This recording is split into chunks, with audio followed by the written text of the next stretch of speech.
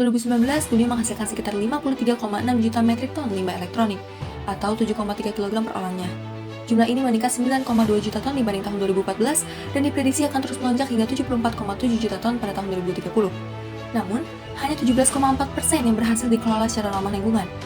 82,6% lainnya kemungkinan besar dibuang sembarangan, diperdagangkan ilegal, atau didaur ulang dengan cara yang merusak lingkungan.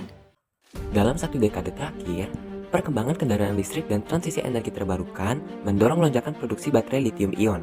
Namun, di balik peran pentingnya, justru terdapat sebuah paradoks lingkungan.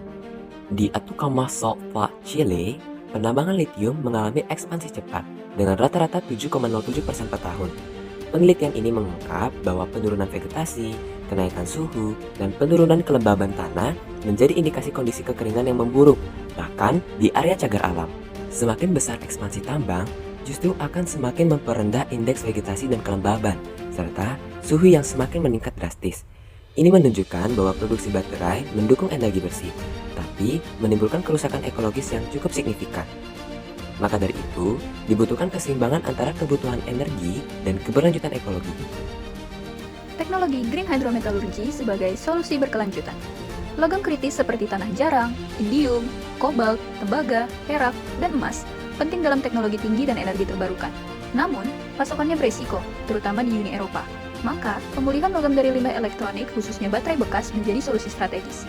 Hydrometallurgy adalah metode ekstraksi logam menggunakan larutan kimia seperti asam sitrat untuk melarutkan logam dari baterai bekas.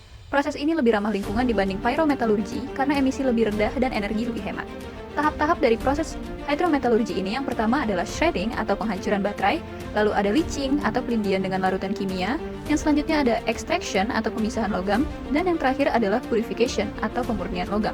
Metode ini tidak hanya efisien, tetapi juga mengurangi limbah sekunder dan mendorong konsep zero waste. Green hydrometallurgy telah diterapkan oleh perusahaan global sebagai inti daur ulang baterai lithium-ion. Redwood Material di AS sistem closed loop yang mengekstraksi lithium, kobalt, dan nikel dari baterai bekas untuk kembali ke rantai pasokan. Recycle di Kanada teknologi modular yang menghasilkan black mass dan mengekstrak logam bernilai tinggi secara ramah lingkungan. Fortum di Finlandia menggabungkan metode mekanik dan kimia untuk mengekstrak lebih dari 80% logam dengan prinsip zero waste. Ketiganya membuktikan bahwa green hydrometallurgy adalah model bisnis berkelanjutan yang mendukung transisi energi global.